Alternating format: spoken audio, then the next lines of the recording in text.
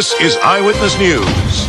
Now, David Ono, Ellen Leva, Dallas Raines, and Rob Fukuzaki with the Southland's #1 news at 5. And later, a growing trend in the car business. Our consumer specialist explains how a secondhand lease could work for you. It has been a brutal few months for car manufacturers, declining sales, and it's just as difficult now for consumers who are having a tough time getting loans for the cars they need. Our consumer specialist, Rick Romero, says there may be a solution by getting a second-hand lease. Rick? Well, Michelle and Mark, second-hand leases can make a lot of sense, especially with some of the car manufacturers doing away with car leases altogether. A second-hand lease can also be a win-win situation for those who want out of a lease and for those who want into one. Lisa Buyer doesn't like staying in one car for long, so she leases, but not through dealerships. She prefers very short terms and finds them through second-hand leases. Gives me the opportunity to switch cars more frequently than I would if I was going through a traditional lease. A second-hand lease is when you take over the lease from someone who no longer wants it.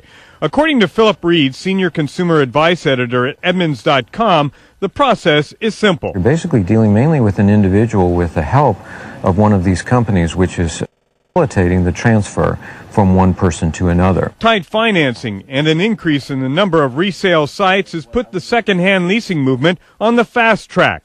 But insiders say consumer anxiety about long-term financing commitments is really driving the trend. If halfway through you decide you don't want to lease anymore, this can be a huge economic impact. Reed says, be careful. If you plan to sell your lease, make sure your leasing company allows the transfer and that you won't be responsible for anything after it's complete.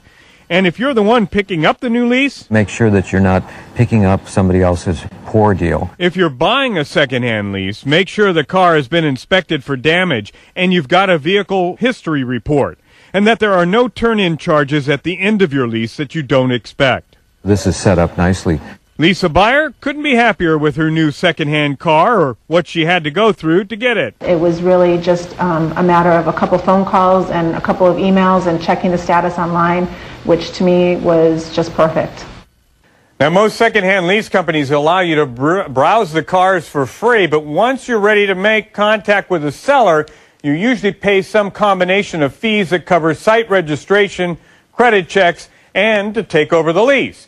If you're interested in a second-hand lease, simply log on to our website at abc7.com and click on the See It on TV link. Mark and Michelle, back to you. Okay, thanks a lot.